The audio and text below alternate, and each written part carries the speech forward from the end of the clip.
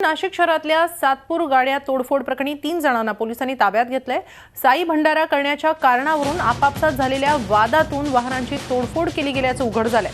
Satpur police ठाण्याच्या हद्दीतील कामगार नगरमध्ये अज्ञात समाजकंटकांनी मध्यरात्रीच्या सुमारास 9 वाहनांची तोडफोड केली होती।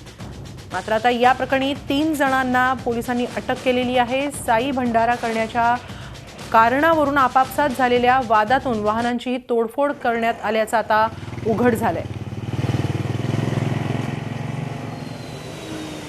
स्कूल व्हॅन आहे तर सायंकाळी 7:30-8 वाजता लावतो मी तिथं।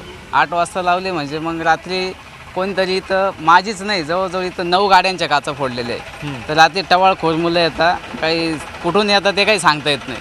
ते रात्री 12:30-1 वाजता आम्ही पोलीस स्टेशनला निवेदन पण दिलेलं आहे।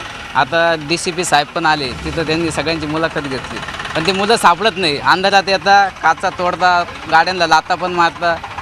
12:30-1 वाजता कोणी राहत नाही त्यावेळेस। आणि जे कोणी रोड फ्रंट बघता ते स्वतःच्या जीवाला घाबरतात। त्यांना पण म्हणताय एकामध्ये तुमचं काय काम आहे। त्याच्यामुळे आम्ही एक निवेदन दिले, आता पोलिसांना बघू आता काय कारवाई होते काय नाही। आता या संदर्भात आपण अधिक माहिती घेऊया आमचे प्रतिनिधी मुकुल कुलकर्णी यांच्याकडून। मुकुल, सातपूर वाहन तोडफोड प्रकरणी 3 जणांना ताब्यात तर घेण्यात आलेला आहे। चौकशी कशा प्रकारे सुरू आहे आणि यात आणखी काही जण असण्याची शक्यता आहे का? हेमाली 4 ते 5 जण यामध्ये असण्याची शक्यता पोलीस सकाळपासून व्यक्त करत होते। त्यामध्ये आता सचिन उर्फ बंगाली कौर, त्याचबरोबर मंगेश वाघ आणि आणखी एक नितीन भदादे अशा 3 जणांना पोलिसांनी चौकशीसाठी ताब्यात घेतलेलं आहे। आणि 2-3 दिवसापूर्वी साई भंडारा करण्यावरून यांच्यामध्ये आपापसात वाद झाला होता, वैयक्तिक भांडण झालेलं होतं। तिथे काही एक ओटा किंवा यांची बसण्याचा कट्टा आहे, तिथे त्यांना बसू दिलं जात नव्हतं।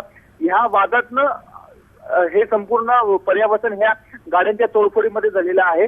आणि त्यानंतर 9 गाड्यांची मध्यरात्री तोडफोड करण्यात आली। आज सकाळपासून पोलीस या संपूर्ण घटनेचा तपास करत होते। 3 जणांना ताब्यात घेतले, आणखी 2 जण ताब्यात येण्याची शक्यता पोलिसांकडून व्यक्त केली जाते। धन्यवाद मुकुल, आपण दिलेल्या या सविस्तर माहितीसाठी। झी 24 तास रहा एक पाऊल पुढे।